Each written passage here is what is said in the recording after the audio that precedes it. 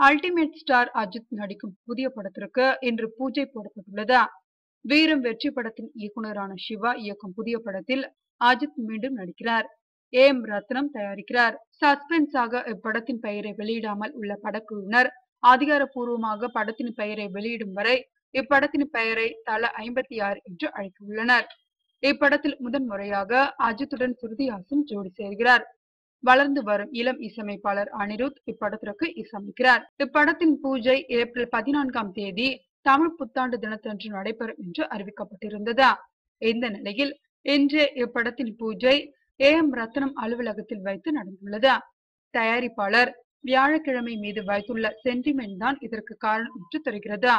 மங்காத்தா, வீரம், எண்ணெய் எறிந்தால் ஆகிய படங்களில் ஸ்டென்ட் மாஸ்டராக பணியாற்றிய ஸ்டென்ட் சிவா இந்த படத்திலும் அஜித்துடன் கைகோர்த்துள்ளார்.